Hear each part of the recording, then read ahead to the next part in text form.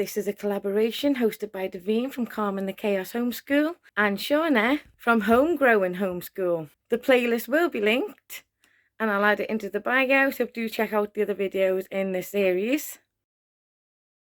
I'm Liz, a home educating mum of 4, and I thought I'd record a quick vlog whilst I'm cooking.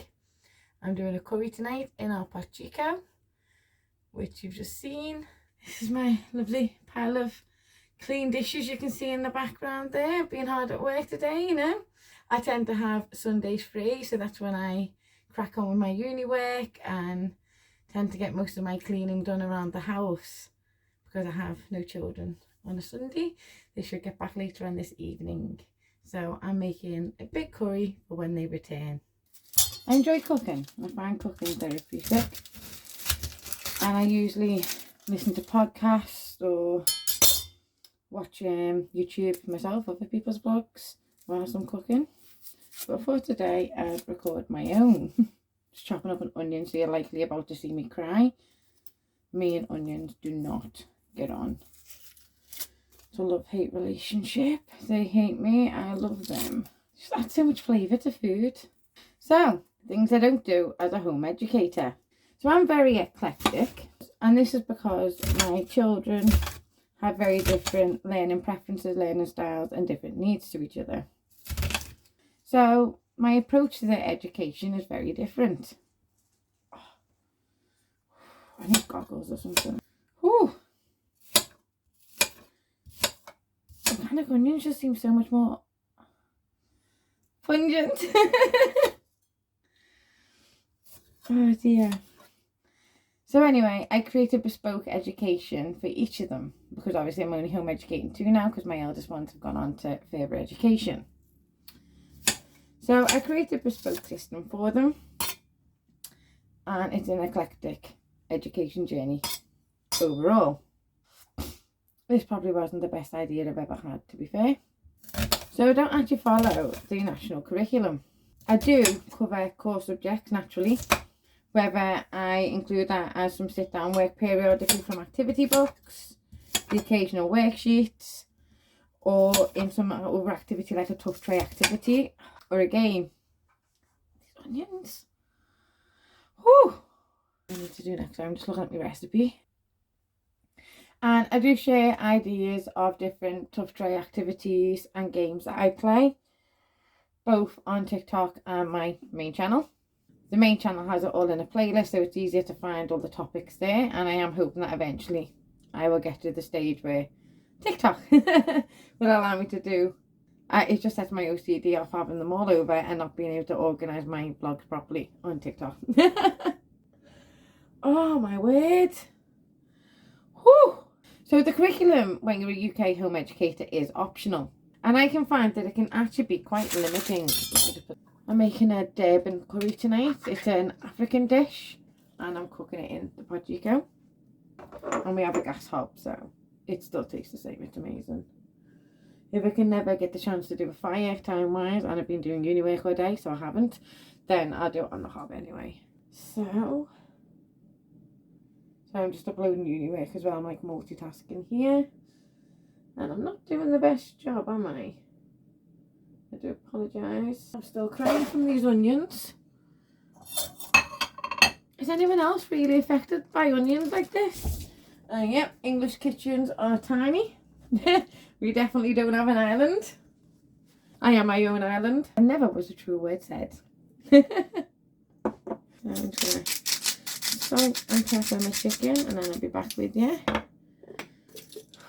So yes, so I don't follow the national curriculum at all, although I incorporate the core subjects from it into other things for studying, whether that's unit studies, resources online, out-school classes and workshops, meetups that we go to in groups, and workshops that I'll book through the museum or something, as well as the odd worksheet or activity book, because mine do actually enjoy them.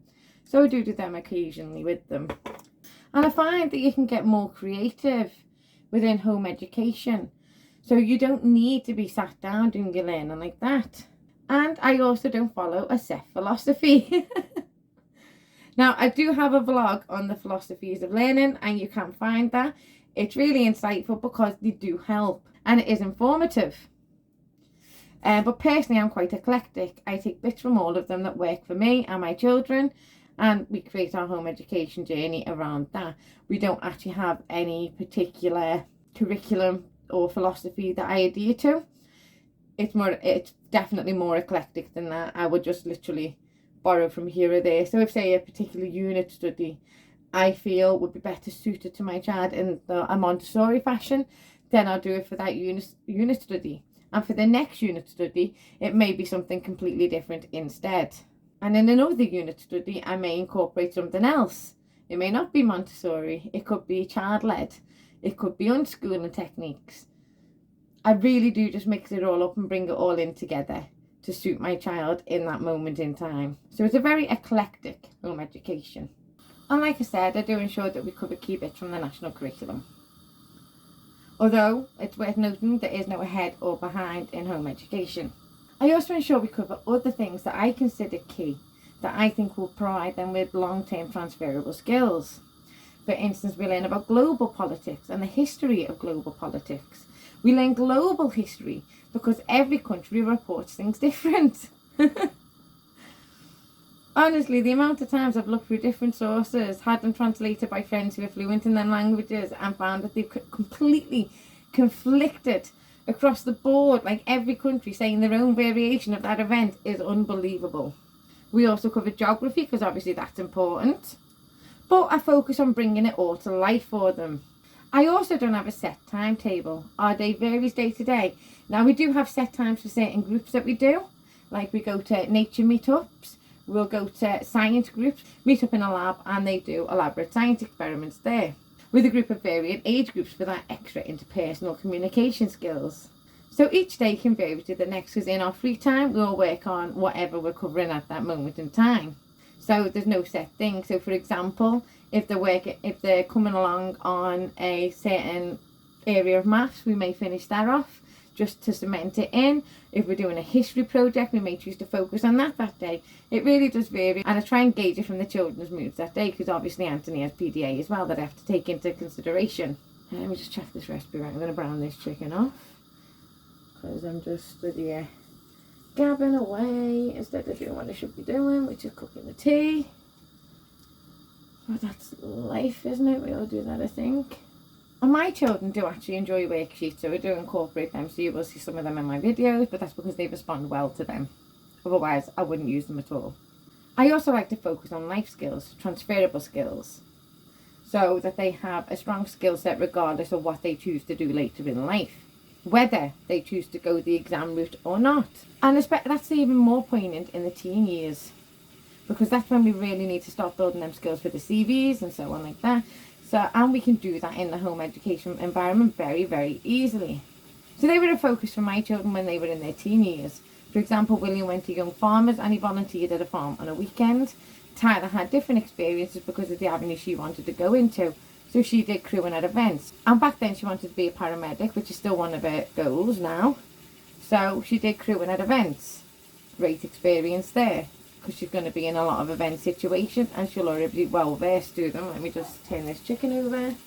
And my eldest daughter also went away with a program called Interway, and this is where they travel with other home ed kids, and they went abroad to Spain, and whilst they were there they taught Spanish teenagers conversational English. So they wanted people with varying accents for this, because that makes it easier when they come over here to understand all the different dialects as well. And she absolutely loved it, and then she did lots of team building activities as well, growth mindset activities. It was wonderful, the experiences she had while she was there. I highly recommend Interway to people if it's still running. I don't know what happened during COVID, you see, because my son was meant to go then but couldn't because it got cancelled. And now he's too old, unfortunately, so William didn't actually get that experience, otherwise he would have. I'd have jumped at that chance and that opportunity. But these were all great things that she was able to put on her CV, because they provide those key transferable skills, especially interpersonal communication skills, which is so crucial when we have such a global economy now. We live globally now. People can have jobs in the UK that they work from home, while they're employed in France or Belgium or Hong Kong. So we do have a global market now, and we have to cater to that global market. My phone's dying, bear with me 1 minute. So, there was. I don't don't even know where I was now. Let me just check my recipe a minute. What do I need to do after this? And my eldest daughter also did a young leader training with beavers, and scouting provides fantastic life skills that are transferable to a lot of scenarios, and it also looks good in the CV. So when it came to that age, my focus wasn't on training them for exams, unless they wanted to do exams. Anthony and Amy may choose different, we shall see when we get there. So my focus is more on providing rich skills and experiences for them. I'm just going to check this chicken again. Sounds amazing, doesn't it? I love cooking with cast iron. I just think it makes the food taste so much better, don't you? So one of the things that Anthony's focused on at the minute is wanting to be in animal care when he's older. And obviously he's autistic, so that's something I have to consider long term. But we do a lot of unit studies on varying animals, their habitats, their biology, various unique medical information about them all. And I also pay for him to go to various student safaris around the country and do their week-long or even their 6-week-long programmes. He's got one coming up this year that he starts in about, I think it's about 7 weeks now. And he'll be starting that then. And I'm booking one of them every year. They're about £200 a year, but I pay for that out of his DLA. That covers all the extracurricular things like that for him, you see. There's things like he's passionate about. Just to gain him the experience in the field that he's actually interested in. Because even if he wants to struggle academically, he's then got things like that to fall back on as well. It's all about them backup skills too, isn't it?